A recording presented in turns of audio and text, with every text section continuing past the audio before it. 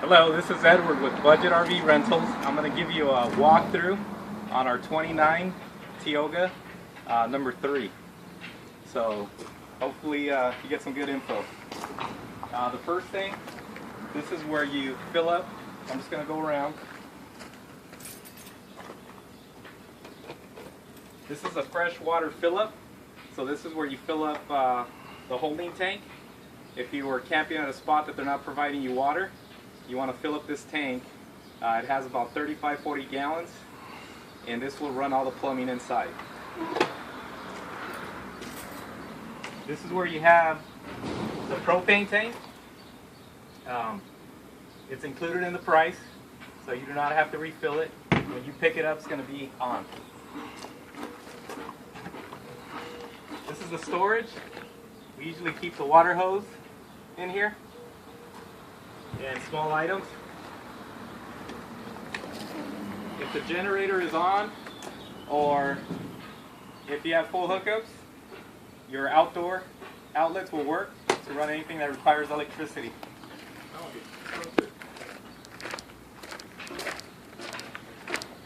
You have outdoor storage, and it's a basement, so it goes all the way through. You fit a lot. I don't know if you want to record.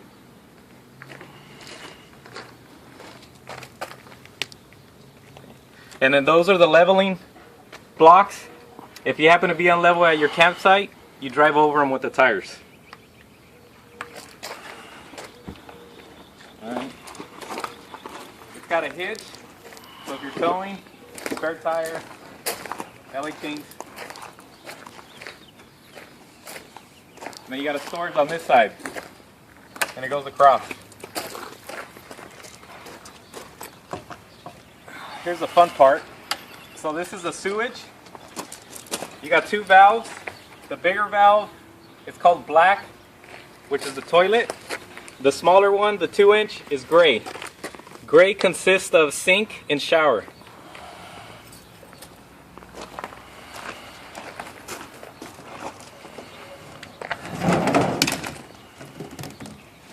This is the sewage hose.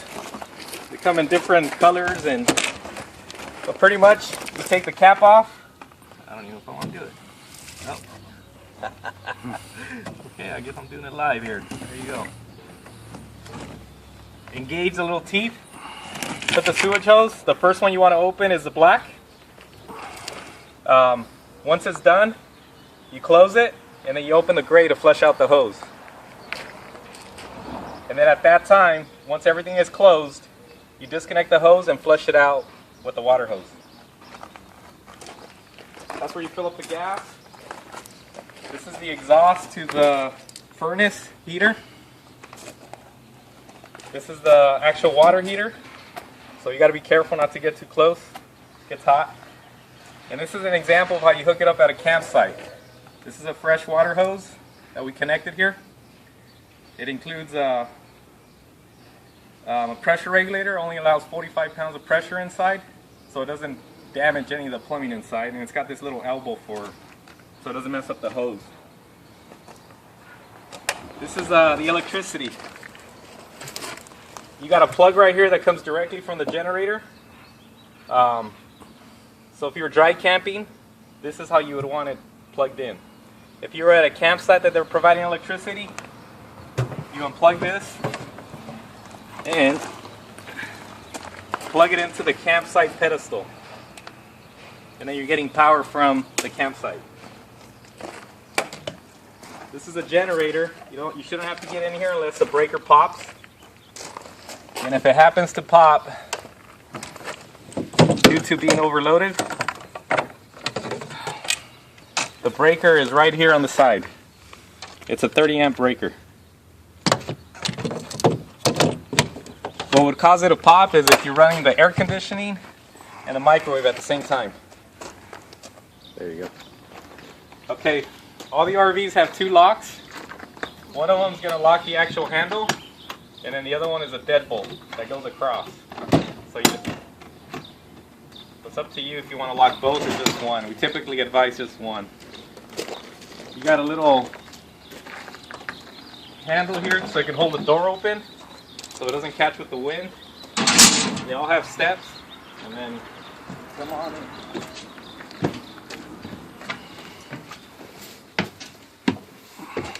I'll start with the front. All our RVs have a privacy cover. This goes on the outside of the windshield. What you do is you open the door, get the corner sleeve, and then wrap it around the outside windshield underneath the windshield wipers. And that's for privacy. You got the ladder right here.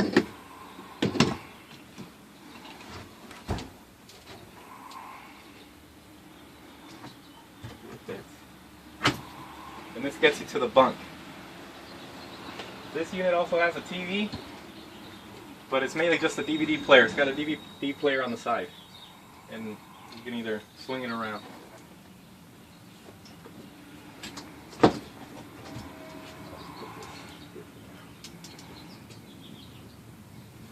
Okay, to turn the couch into a bed, pick those out. Just pick it up in the middle.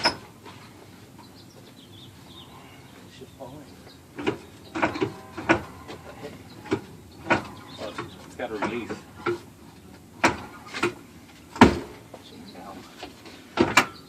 There you go. Most of them work this way. This one actually has a little handle you're supposed to pull on. And it closes. The armrest. This one's a floating armrest.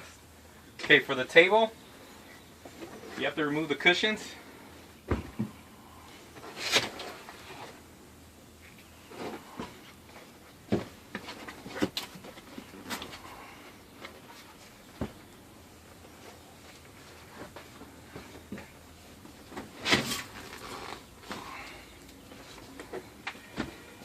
It has two poles. They have to come off.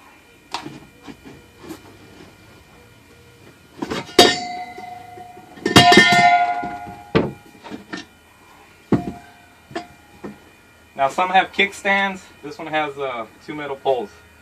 What it is, the table lands on these rails, and that makes the bed.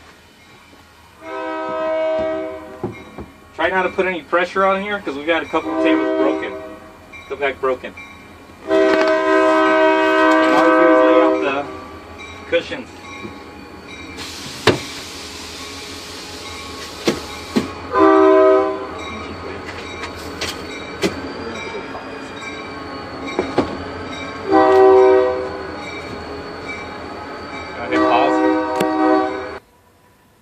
There you go. Okay, so once you have it in the bed, you could probably have two kids or one adult. When you have these two open, it gets pretty tight in the middle. Alright, to put it back in the reverse order, take the cushions out.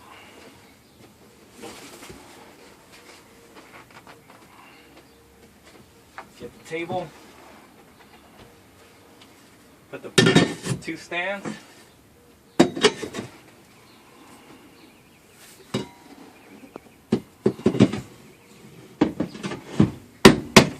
There you go. Put the cushion back.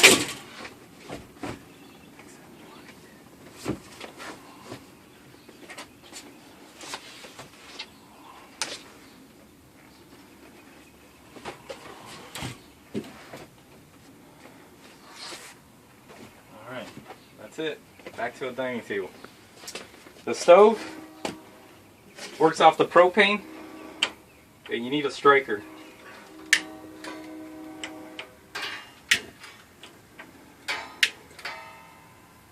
Okay. For the oven, set it on pilot.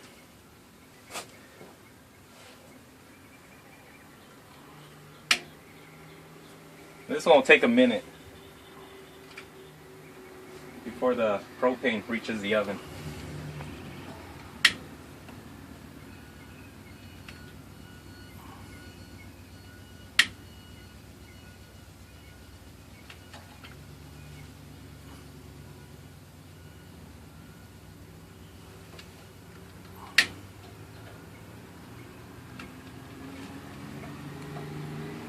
Okay, so the pilot is lit, Okay. and then you set the temperature that you would like.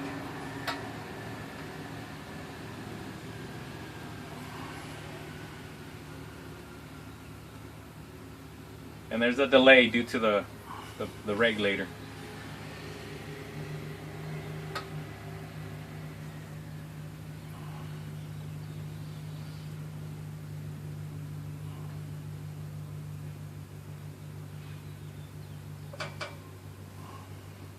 So there you go, the oven is on.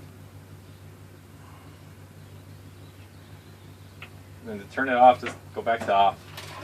You want to make sure if you have little kids that they're not here playing with the knobs, because as soon as you open it, you got propane coming out. You also have a propane leak detector. Since we have full hookups right now with the water hose, we're going to have pressure throughout the unit.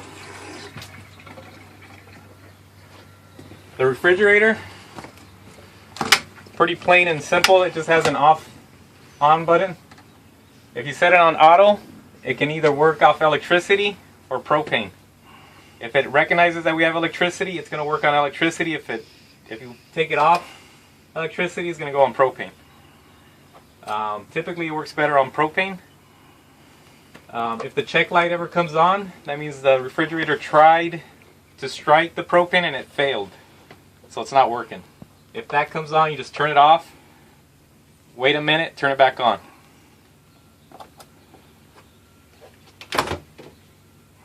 Pretty self-explanatory. For the refrigerator to work, you have to be leveled. You cannot be on a driveway or any incline. It will not work. This is where you have the control. You can check the freshwater levels, gray, black, propane, the battery for the vehicle, and the battery for the RV.